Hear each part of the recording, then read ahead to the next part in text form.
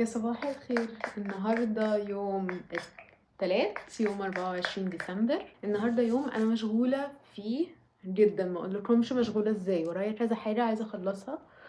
مفروض عندي خطوبة صاحبتي بالليل، فعايزة أروح دلوقتي عند الصالون. عايزة إن أنا أعمل ضوافري، أغيرها، أعمل نيو كولر، وعايزة برضو إن أنا هغير شكل شعري خالص. فهفاجئكم يعني، انتوا throughout the video كده هتتفاجئوا بالريزلت. يس انا لسه يعني مش صاحيه دلوقتي، بس الوقت سرقني قوي. ففجأة لقيت نفسي ان انا مستعجله، لسه ما فطرتش، عايزه افطر. عشان انا لو هغير شعري هقعد عند الصالون كتير، يعني انا ممكن ارجع مثلا على نص اليوم، فلازم اكون واكله حاجه قبل ما انزل. فمش عارفه بقى هلحق اعمل ايه، لان انا بجد مستعجله قوي. يا جماعه، ده اويل جبته من اسمه هابي شاين من ساش. الاويل ده بيستخدم للجسم، للبشره، للشعر. يعني خليني برضو احطه على وشي كده، بينعم البشره، بيدي سيلكي افكت كده، وطبعا بيدي جلو حلو قوي للبشره. فتحطوه تحت الميك اب مثلا فيدي جلو، تحطوه على الشعر يعني. I did have a discount code. انا مش عارفه الديسكاونت كود ده هيفضل شغال لحد امتى، فترايت. اسمه اسراء بي 10. هكتبه لكم في الديسكربشن، تبقوا تشوفوه. بس انا هحط سان سكرين، اجهز بسرعه، انزل واشوفكم عند سالون.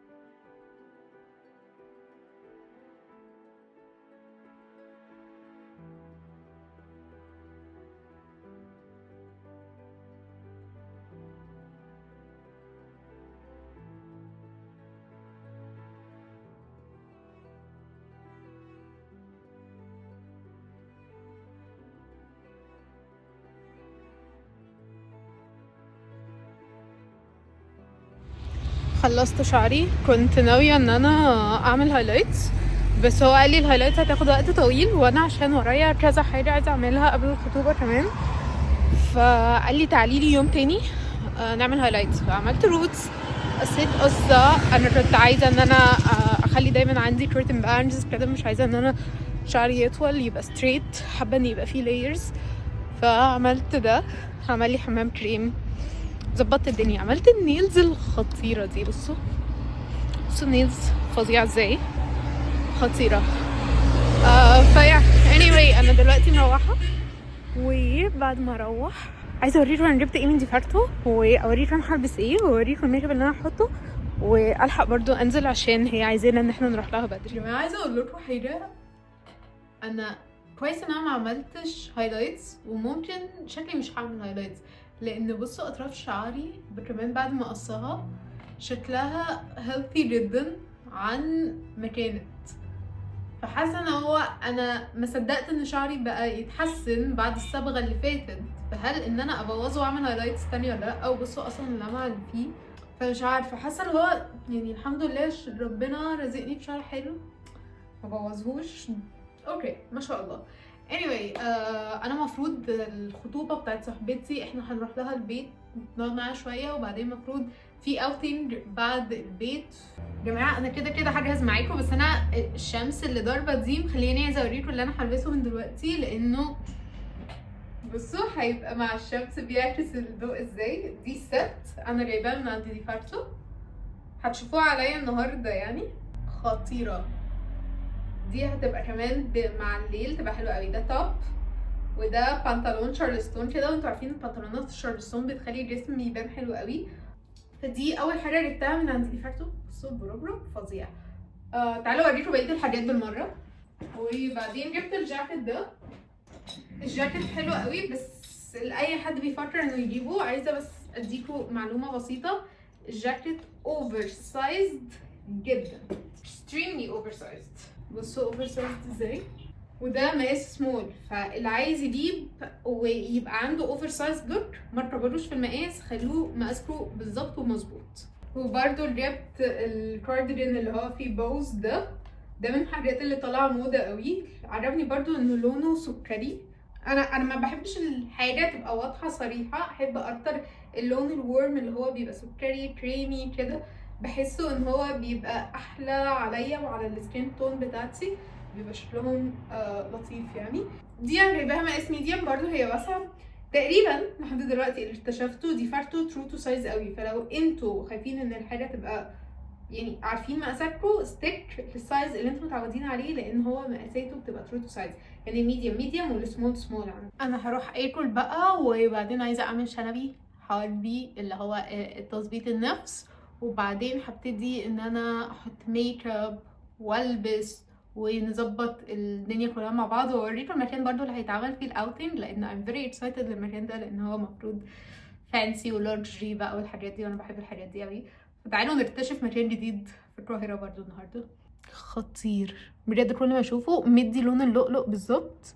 النيل تكنيشن اللي انا بعمل معاها هي اكتر نيل تكنيشن بتجيب لي اللي انا عايزاه بالظبط يعني. تعالوا بقى نبتدي نجهز مع بعض. هوريكم ميك اب سهل جدا وحلو قوي للمناسبات. هو بجد سهل، انتوا مش هتبقوا متخيلين هو ازاي سهل، بس هيطلع شكله خطير ببرودكت واحد بس لسه مجرباه وانبهرت بيه، لان انا I'm not a makeup artist, I'm not a makeup expert. فيوجولي انا بدور على حاجات تكون سهله ان انا احط الميك اب، فاللوك ده هيبقى لوك مناسب للمناسبات وسهل جدا للناس اللي مش بتعرف تحط ميك اب. هبتدي بالشيد جلام الجود دريب هايدريتنج برايمر. ده مفروض ان هو بيخلي الميك اب يقعد معاكوا وقت طويل قوي، لان هو شبه بيلزق الميك اب عليكوا، وفي نفس الوقت هو بيعمل هيدريشن للسكين، فمش بيدي منظر اللي هو ناشف او حاجه. من احلى البرودكتس اللي هي هايلي ريتد في شيد لام، واي هايلي ريكومند ان انتوا تجيبوهم، لانه بينفع بجد بقى في المناسبات والايفنتات وكده.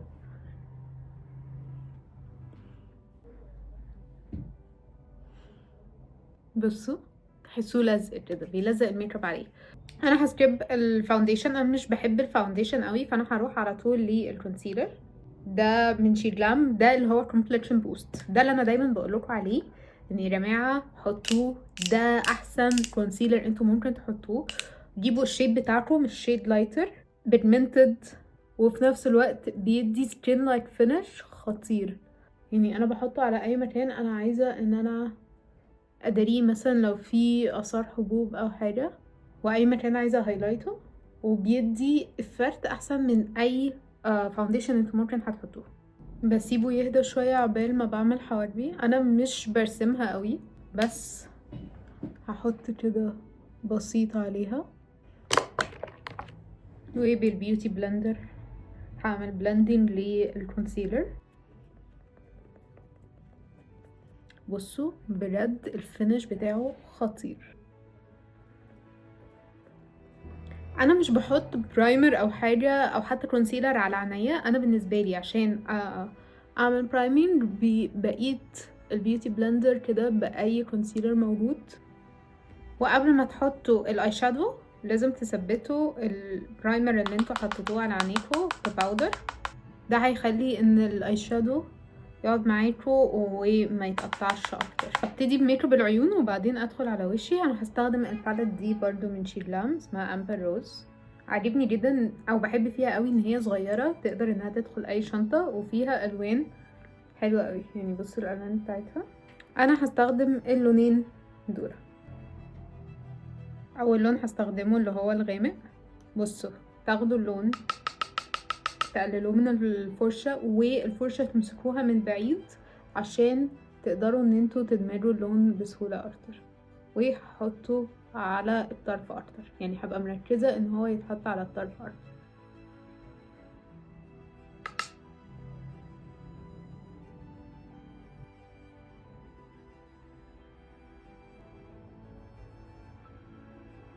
واللون الفاتح ده انا هاخده بصبعي، احطه على جفن عيني كله.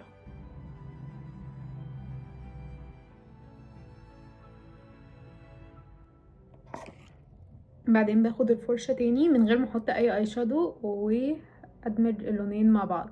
انا هخلص عين وبعدين اعمل العين التانية.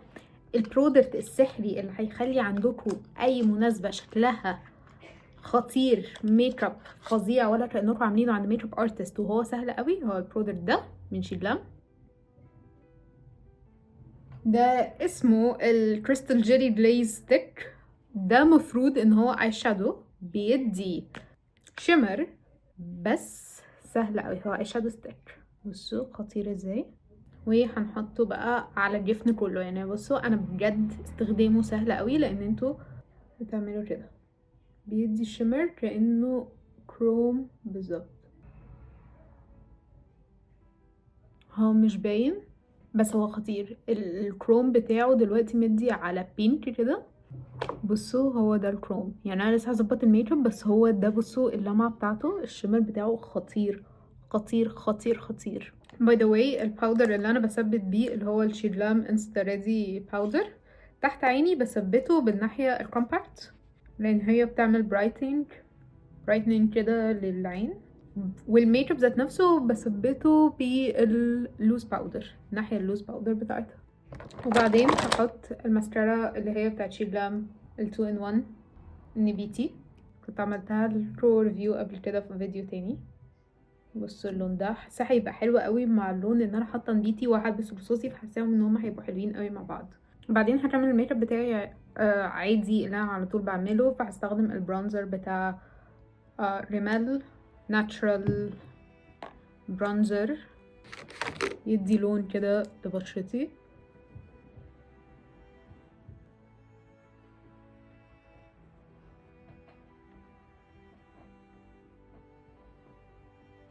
وبعدين بقى هعمل حركة، هحط اول حاجة التنت ده بتاع شيجلام الجيلي جام، مش فاكرة اسمه ايه.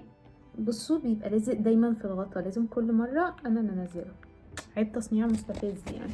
هحطه كده بسيط بس بحس ان هو اكتر حاجة لونج لاستنج، وانا عايزة الميك اب يفضل قاعد معايا وقت طويل قوي النهاردة لان البلاشر ساعات كتير جدا بيروح مني.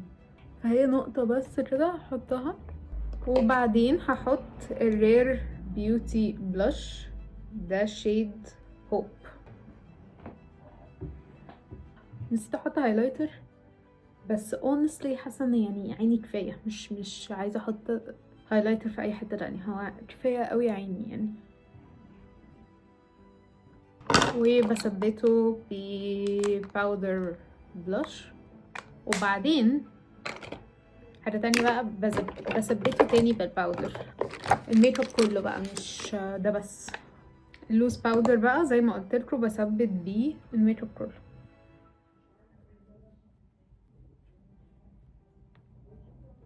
بالنسبه للروج بقى ده هيبقى اصعب قرار لان انا عايزه احط لون بس في نفس الوقت حاسه ان الميك اب كبير قوي او كتير قوي، مش عايزه احط لون مع عيني. فهحط لون النود بتاعي وكمان هو لون لاستنج فهيقعد معايا وقت طويل. بس هعمل ليب لايننج باللون الغامق ده.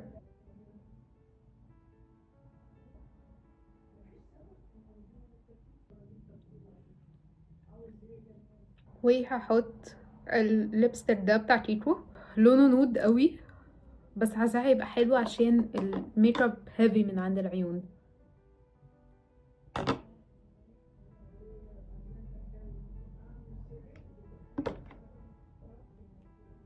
that is the final makeup look. فاضل حاجه واحده بس، هحط الفيكسينج سبراي ده. شكله يعني متخلف بس هو اي حاجه تخلي الميك اب يفضل قاعد معايا وقت طويل. خيارية. هبدا البس بقى الطقم اللي انا وريتهولكوا اللي هو البنطلون والتوب، فتعالوا البس واوريكوا الفاينل ريزلت. بصوا دي كده الست في اللبس فظيعه. اصلا التوب جاي ايسيمتريك كده ومفتوح من الجنب. التوب ده حلو جدا، ممكن يتلبس على اي بنطلون اسود عندكم ويبقى مناسب لاي ايفنت اي اوتنج انتوا رايحينه، هيبقى حلو حتى لو انتوا مش عايزين تجيبوا الطقم على بعضه. وممكن برضه تجيبوا البنطلون وتلبسوه مع نفسه. مسكت الكلاتش دي من عند موت. وطبعا عشان الجو اللي احنا فيه، احنا في شهر 12، هلبس الفير كات ده. هو ده كده الفاينل لوك. هنزل بقى عشان متأخرة.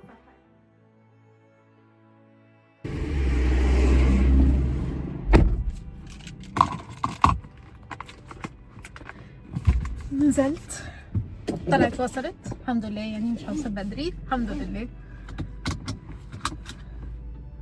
المكان اللي احنا رايحينه النهارده هو اسمه ليمون تري، شجرة الليمون. زي ما بحفظ اهلي قبل ما انزل بقول لهم ان انا رايحه فين، بقول لهم ليمون تري احفظوها انها شجرة الليمون. عايزه ادخله في GPS، وهبقى اوريكم برضو المكان هناك عامل ازاي اول مره اروحه. فتعالوا نشوف المكان هيكون عامل ازاي.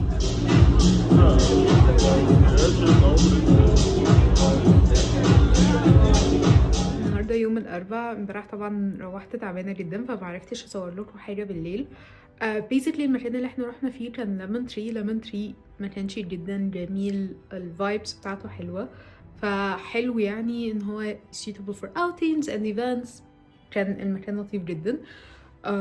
وبس، وروحت زي ما قلت كنت تعبانه، فقلت ان انا اقول لكم thank you so much ان انتوا اتفرجتوا على الفيديو ده، ويا رب اللي يكون الفيديو امتعكم وعجبكم، واشوفكم في الفلوجات التانية. باي باي.